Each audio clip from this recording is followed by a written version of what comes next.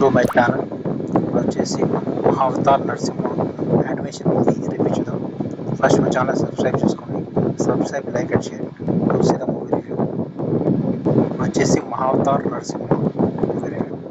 ఇక్కడ వచ్చేసి ఫస్ట్ మనకి ఇద్దరు రాక్షసులు హిరణ్యకశిపుడు హిరణ్యాక్షుడు వాళ్ళు ఎట్లా జన్మించారు ఏంది ఫస్ట్ వాళ్ళ స్టోరీ వస్తుంది.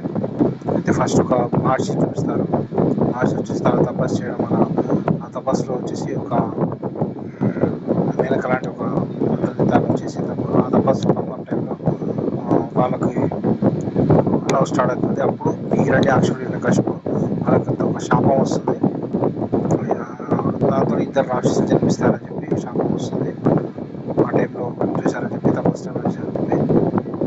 అయితే హిరణ్యాక్షుడు హిరణ్యకశిపుడు ఇద్దరు చిన్నప్పటి నుంచి వాళ్ళు శుక్రాచార్యుల దగ్గర వీళ్ళు నేర్చుకుంటారు. యుద్ధ విద్యలన్నీ నేర్చుకొని ఆ దేవతల మీద యుద్ధం చేయడం.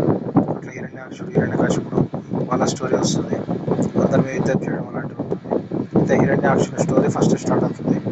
హిరణ్యాక్షుడు వచ్చేసి భూమాతను తీసుకెళ్ళడం, అది విష్ణుమూర్తి వరావతారం అని చూపిస్తారు. వరావతారం బాగుంటుంది. యానిమేషన్ అయితే బాగుంది. వరావతారం యానిమేషన్ వరావతారంలో భూమిని తన కొమ్ములతో తీసుకెళ్ళి ఆ తర్వాత హిరణ్యాక్షుని చంపడం బాగుంటుంది. యానిమేషన్ అయితే బాగానే తీశారు. క్లైమాక్స్లో వచ్చేసి హిరణ్యకశిపుడు ప్రహ్లాదుని స్టోరీ ఉంటుంది. ప్రహ్లాదు సేమ్ భక్త ప్రహ్లాదం మనం చూసాం కదా, వాటిలాగానే ప్రహ్లాదు వచ్చినప్పుడు గురుకులంలో తను వచ్చేసి తన విష్ణుని పూజించడం. స్టార్టింగ్లో హిరణ్యకశిపుడు వచ్చేసి నడిచిపోయి తర్వాత ఇంకా ప్రహ్లాదుని ఏనుగుతో తొక్కించడం, ప్లస్ చంపించడం అలాంటివన్నీ చేస్తుంటాడు. సముద్రంలో పడేయడం అంతా గ్రాఫిక్స్ బాగా చేశారు. మొత్తానికి మూవీ అయితే బాగుంటుంది. ఎంగేజింగ్గా ఉంటుంది. గ్రాఫిక్స్ కూడా బాగున్నాయి. యానిమేషన్ బాగుంది. ఈ మూవీకి రేటింగ్స్ వచ్చేసి మనం 4/5 ఇవ్వచ్చు. Okay, subscribe to my channel to see the movie reviews.